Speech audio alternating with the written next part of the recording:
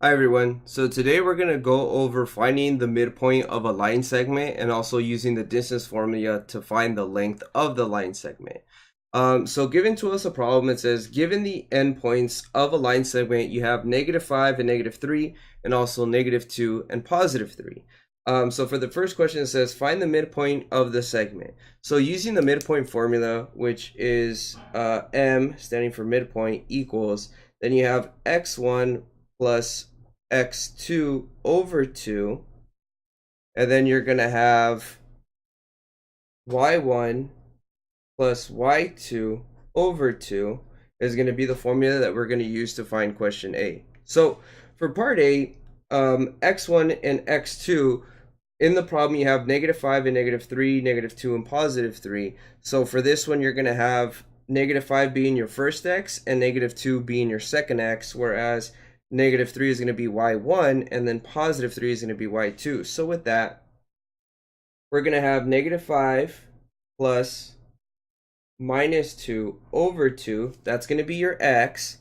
And then you're going to have -3 plus +3 over 2. And this is going to be your y. So then with that, we're going to have -2 plus a -2. That's just, you're just going to add those two up. You're going to get a -7 over 2. So -7/2 for your x. And then for -3 plus 3, that's going to give us 0 over 2, and that's just going to equal 0. So then for this answer, you're going to have -7 over 2. That's your x, comma, and then 0 as your y. And then you put them in the things, and then in the parentheses, and you box it, and there's your answer. For the next one, it says use the distance formula to find the length of the line segment. So the formula to find the distance for the line segment, you have d equals, and then you have x2 minus x1 squared plus y2 minus y1, and then that's also squared. And all of that is under a square root. And you got to make sure you put all of that in a square root, because the professor might take off a point, because that's just how they are, man. Okay, so then you have d equals, and let's go ahead and just put the whole square root under.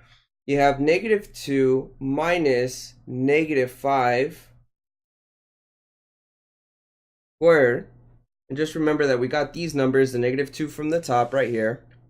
And then we also got the -5 from this x up here. Okay. Then that's plus. Then you have a 3, +3, which is this one, minus a -2.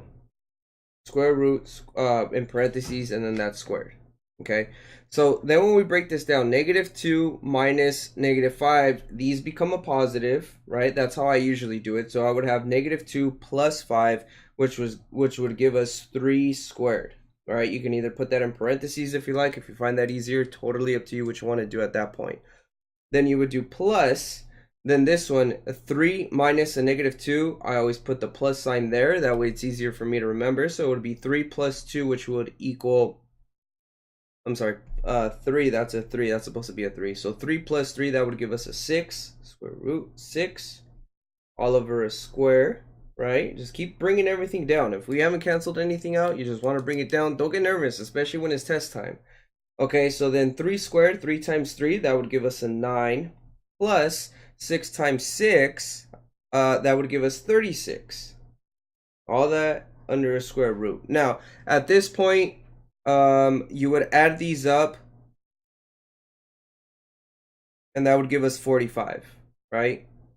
So 36 plus 9, that would equal d equals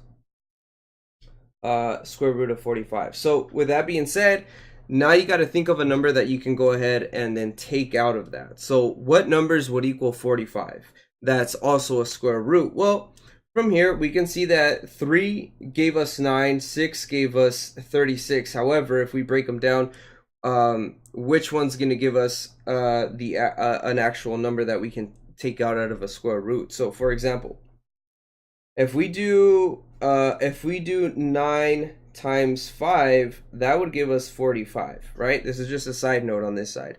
So that would give us 45. So if we would square root of 9, square root of 5, this would give us 3 square root 5.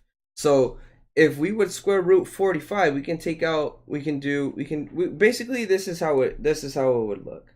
It would be a square root of 9 times a square root of 5. We can't square root of 5, we would just have to leave it like that. However, we could square root of 9. So with that being said, we would do d equals 3 square root 5, and then this would be our final answer for part B.